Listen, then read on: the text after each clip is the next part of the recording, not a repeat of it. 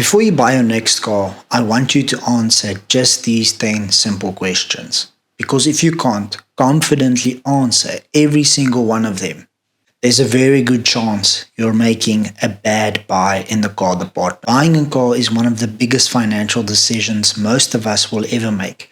Yet, so many people spend weeks comparing color, trims, rims, optional extras, but almost nobody is spending the time thinking about what a car will actually cost you over the next 5 to 10 years.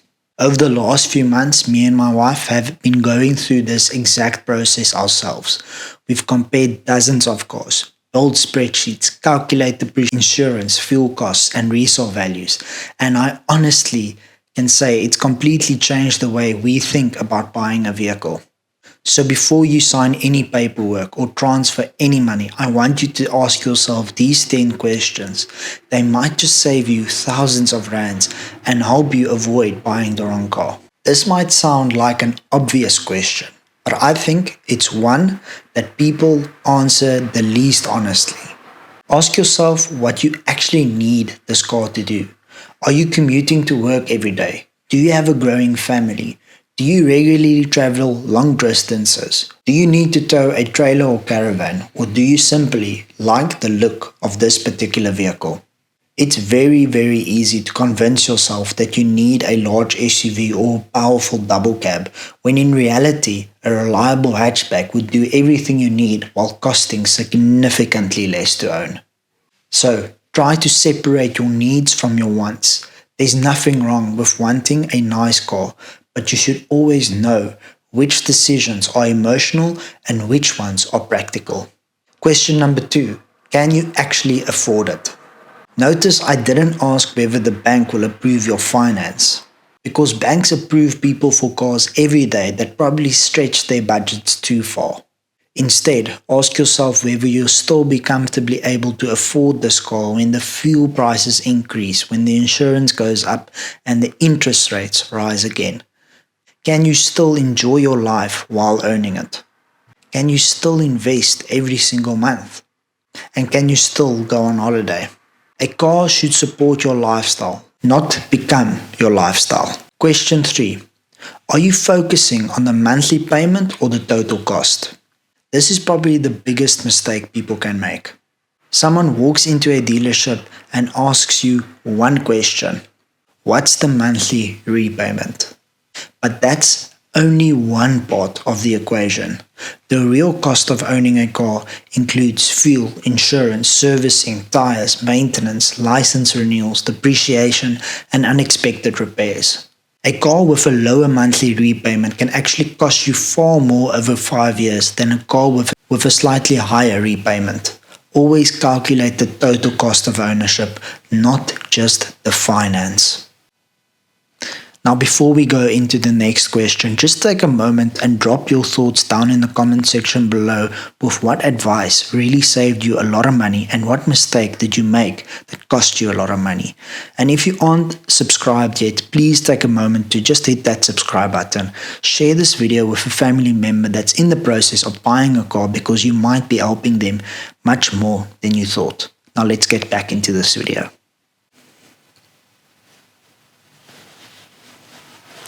Question number 4, should you buy new or should you buy used? There's no right or wrong answer here, but there is a right answer for your situation. A new car gives you a warranty, a service plan, the latest safety technology, and peace of mind. A used car often gives you much better value for money because someone else has already paid for the biggest part of the depreciation. Personally, I think a car that's around 2 to 5 years old often offers the best balance between reliability, value, and lower ownership costs.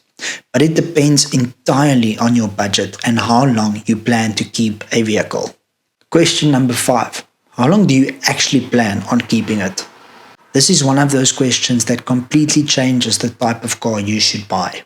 If you're planning to replace your car every 3 years, depreciation becomes incredibly important because you'll be selling it again quite soon. But if you're planning to keep the car for 8 to 10 years, then reliability, maintenance costs, and parts availability become much more important than resale value. Remember, think beyond today. Buy the car that suits the owner you'll be 5 years from now, not just the person you are today. What happens if something breaks? This is the question almost nobody asks before buying a used car.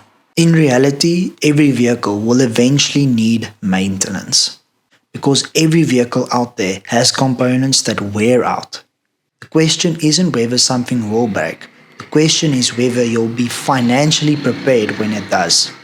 Now, if you're buying an older luxury vehicle, could you comfortably afford to pay 20 to 50,000 rand to repair it?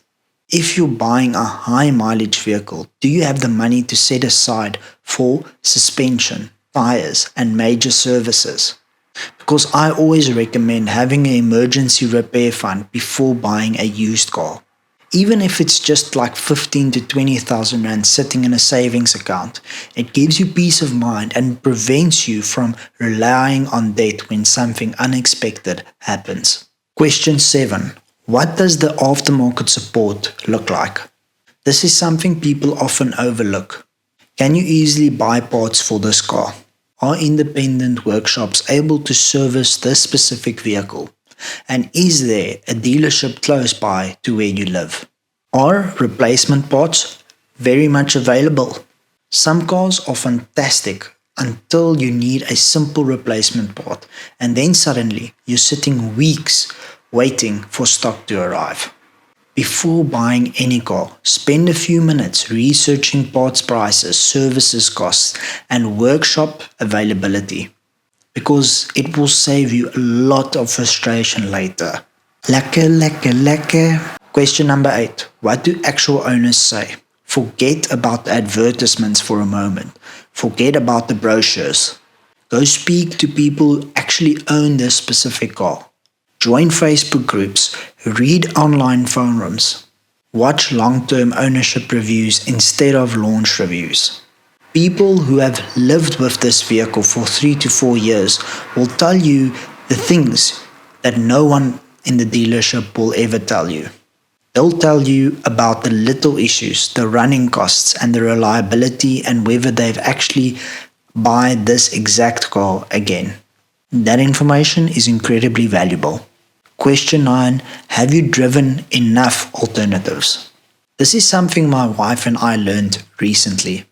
We were convinced we'd already chosen our next car.